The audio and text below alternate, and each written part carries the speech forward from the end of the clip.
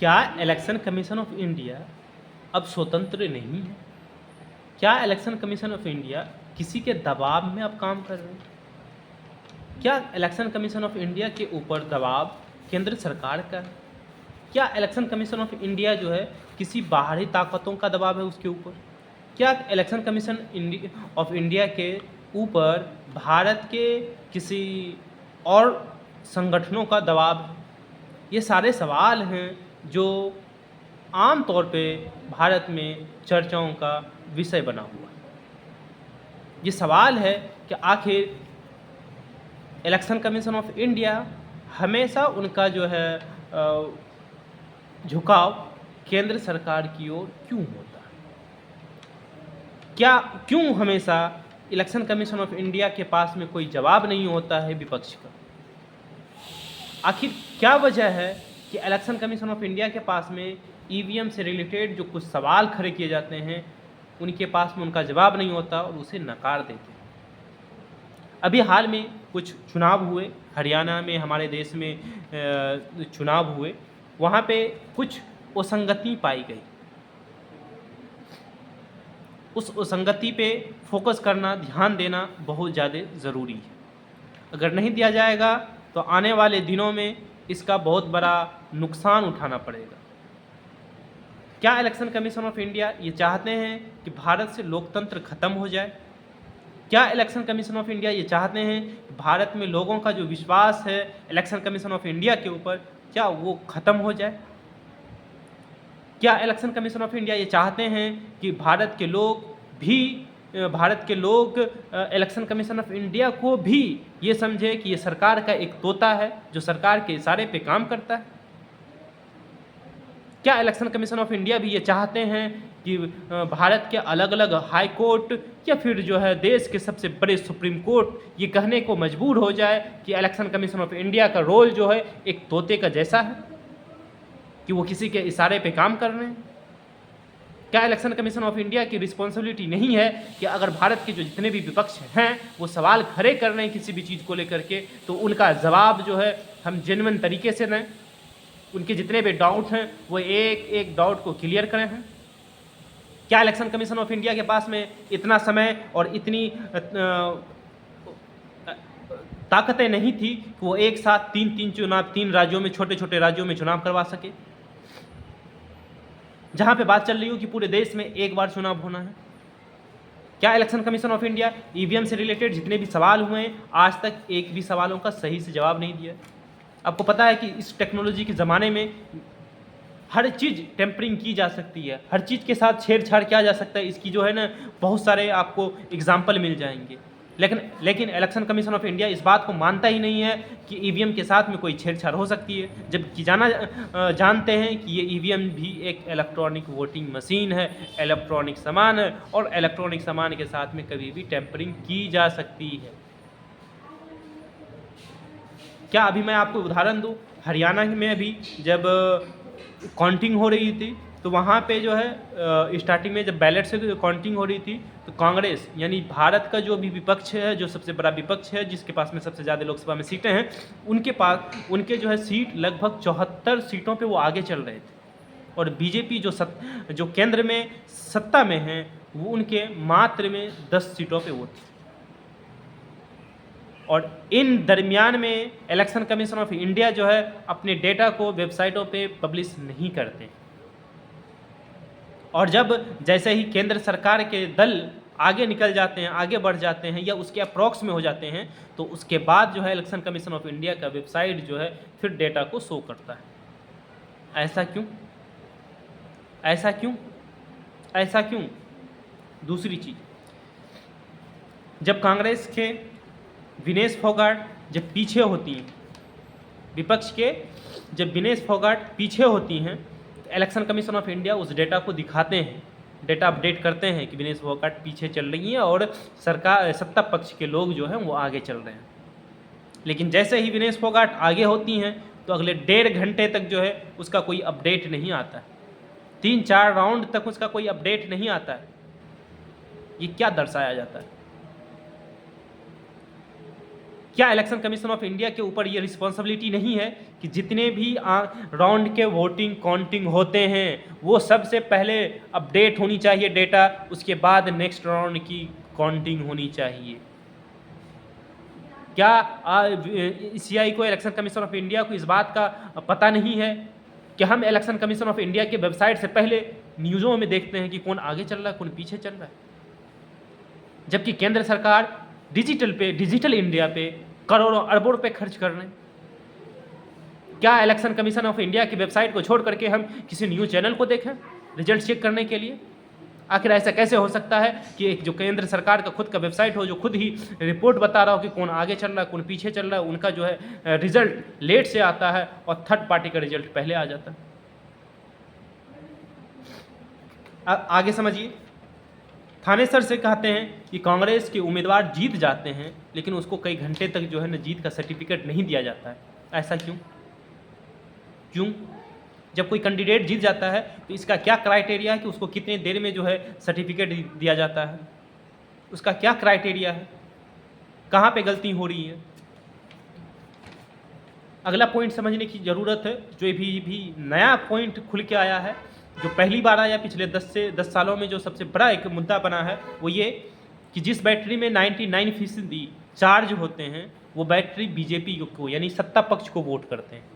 यानी जिस EVM में, इलेक्ट्रॉनिक वोटिंग मशीन में 99% वोट चार्ज होते हैं, उनमें सबसे ज़्यादा वोट जो होता है वो बीजेपी को होता है। और जिस EVM मशीन में 60 से 70% वोट चार्ज होते हैं, उस EVM से कांग्रेस आगे बढ़ जाती है। ऐसा कैसे? यानी जिस बैटरी में चार्ज ज़्यादा होंगे वो सत्ता पक्ष के होंगे और जिस EVM में चार्ज कम होंगे वो विपक्ष को होंगे। ऐसा कैसे? क्या एक EVM कितने दिनों में कितना चार्ज खत्म होती है? क्या उसका कोई क्राइटेरिया है? क्या उसका कोई टाइमिंग है कि एक EVM का जो है इतने दिनों में 99% चार्ज रहे और किसी EVM का जो है ना 60 से 70% ही चार्ज रहे? क्यों?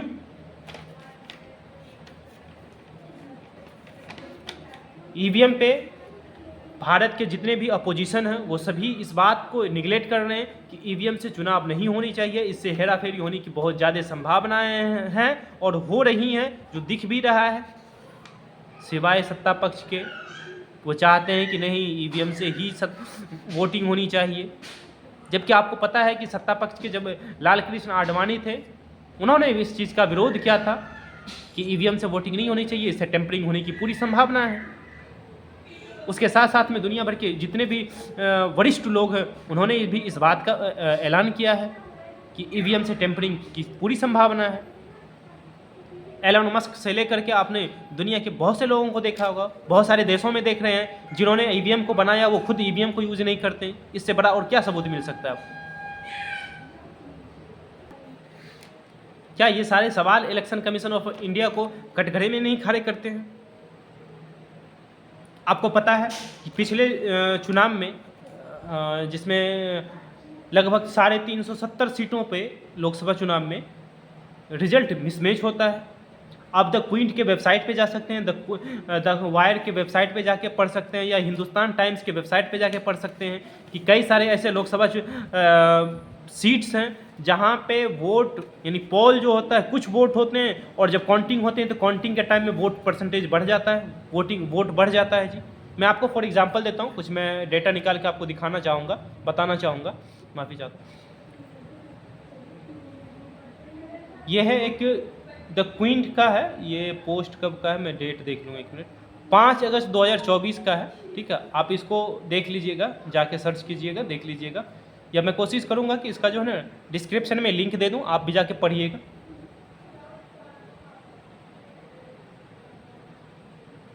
एक सेकंड में देखता हूँ।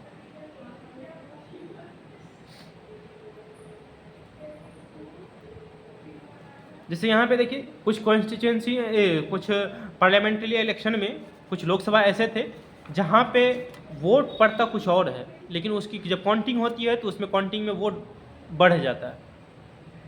ऐसी कौन सी मशीन होगी भाई कि जहाँ पे गिराएंगे हम 100 वोट और जब वोट काउंटिंग करने लगेंगे तो 110 वोट बताएगा? क्या इसका कोई जवाब है? जैसे मैं आपको बताऊं, आसाम के करीमगंज में जब पोलिंग होती है तो वो 11,36,538 वोट का पोलिंग होता है, लेकिन जब ईवीएम से उसको काउंट किया जाता है तो वो बताया जाता है 11,40,349 वोट, यानी कि टोटल 3811 वोट बढ़ जाते हैं। कैसे? इनके क्या जवाब है? आंध्र प्रदेश के ओंगल में 13,99,707 वोट कास्ट होते हैं, लेकिन जब उसको काउंट किया जाता है तो 14,01,174 वोट होते हैं, यानी डिफरेंस जो होता है वोट का वो 1467 वोटों का होता है। उसके अलावे मध्य प्रदेश में देख लीजिए, मंडला में देख लीजिए 15,30,861 वोट होते हैं, लेकिन जब काउंटिंग किया जाता है तो 1089 वोटों का अंतर पाया जाता है। उसी टाइप से बिहार के बक्सर में देख लीजिए 10,65,290 वोट होते हैं, और जब काउंटिंग किया जाता है तो 1,010 वोट का डिफरेंस होता है। ऐसा क्यों? क्या इसके कोई जवाब हैं? ऐसा कैसे हो सकता है? मैं आपको कुछ और भी एग्जांपल दूंगा। इससे पहले भी कई सारे लोग सुप्रीम कोर्ट वगैरह, हाई कोर्ट वगैरह भी गए जहाँ पे इनका कोई सही से जवाब नहीं मिल पाया। मैं आपको और एग्जांपल दूंगा। कंटिन्यू विच रिकॉर्ड, ओके ठीक है। तमिलनाडु में तिरुवल्लूर में, ठीक है, 14,30,738 वोट कास्ट किए जाते हैं, लेकिन वहाँ पे जो अंतर होता है वो 16,791 वोटों का अंतर होता है। वैसे ही आसाम में देख लीजिए, कोकरझार में, आसाम के कोकरझार में 12,40,306 वोट कास्ट होते हैं, लेकिन जब काउंटिंग किया जाता है तो 10,760 वोटों का अंतर होता है। इसी टाइप से ओडिशा के ढेंकनल में 11,93,460 वोट कास्ट किए जाते हैं, लेकिन जब काउंटिंग किया जाता है तो 9,427 वोट जो है डिफरेंस होता है, अंतर होता है उसका। केरला में देखिए अलप्पुझा, थोड़ा सा मैं माफ़ी चाहूँगा, नाम मैं थोड़ा सा पढ़ने में डिस्टर्ब हो रही है क्योंकि ऐसे ऐसे नाम पहली बार मैं पढ़ रहा हूँ। अलप्पुझा नाम करके कोई जगह है, कॉन्स्टिट्यूंसी है, जहाँ पे बताते हैं कि 10,50,726 वोट कास्ट किए गए थे, लेकिन जब काउंट किया जाता है तो 7,928 वोट का अंतर होता है। एक हैरत की बात और है कि आंध्र प्रदेश में गुंटूर करके कोई लोकसभा क्षेत्र है जहाँ पे 14,11,989 वोट कास्ट होते हैं, लेकिन काउंटिंग में, उसको गिनने में सेम वोटों का अंतर होता है जितना इससे पहले केरला में हुआ था, 7,928 वोटों का। ऐसे कई सारे उदाहरण हैं, आपको पता है द क्वीन का ही मैं अभी पढ़ रहा था कुछ देर पहले ही, अभी भी पढ़ रहा था, मैं उसी चीज़ को रिपीट भी कर रहा था। ये कह रहे थे कि कुछ डेटा ऐसे हैं जो पोल कुछ और हुआ है, काउंटिंग कुछ और हुई है। जब उनसे ईसीआई से सवाल पूछा जाता है तो सवाल देने के बजाय वो क्या करते हैं, अपने वेबसाइट से उस डेटा को ही रिमूव कर देते हैं। ऐसा क्यों? ये सारे सवालों के घेरे में ईसीआई हैं, और ईसीआई के साथ हमेशा खड़े होते हैं केंद्र सरकार। आखिर ऐसी क्या वजह है कि election commission of India free and fair तरीके से काम नहीं कर पा रहे हैं? उनके सारे एक्शन रिएक्शन संदेह के घेरे में होते हैं। आपको पता है मैंने एक बार देखा था कि जब इलेक्शन कमीशन ऑफ इंडिया किसी स्टेट में चुनाव का घोषणा करते हैं, उससे पहले बीजेपी के कोई स्पोक्स पर्सन जो है वो ट्वीट कर देते हैं। उनको पता होता है कि किस डेट में चुनाव होने हैं। क्या मतलब है? मतलब ये है कि ब्लूप्रिंट तैयार कहीं और होता है, सिर्फ इलेक्शन कमीशन ऑफ इंडिया के पास में इतनी सी होती है कि उसको आकर के प्रेस कॉन्फ्रेंस में पढ़ देना। क्या इलेक्शन कमीशन ऑफ इंडिया का भी काम बस इतना सा हो गया है कि प्राइम मिनिस्टर की तरफ, पीएमओ की तरफ से कोई एक लेटर जाए और राष्ट्रपति पढ़ दे सिर्फ उनको? क्या इलेक्शन कमीशन ऑफ इंडिया का बस इतना सा आप काम रह गया है? क्या वो फ्री हो के आप काम नहीं कर सकते हैं? क्या वो डेमोक्रेसी, वो भूल चुके हैं कि डेमोक्रेसी में कैसे काम होता है, डेमोक्रेसी को कैसे बचाना है? ये सारे सवाल हैं जो विपक्ष पे भी खड़ा होते हैं। वो क्या चाहते हैं, विपक्ष भी क्या चाहते हैं कि इलेक्शन कमीशन ऑफ इंडिया के खिलाफ जो है हम सड़कों पे ना उतरें, ईवीएम के खिलाफ सड़कों पे हम ना उतरें। वो ये चाहते हैं कि हम भी किसी दिन जब सत्ता में आएंगे तो हम भी ऐसा ही काम करेंगे।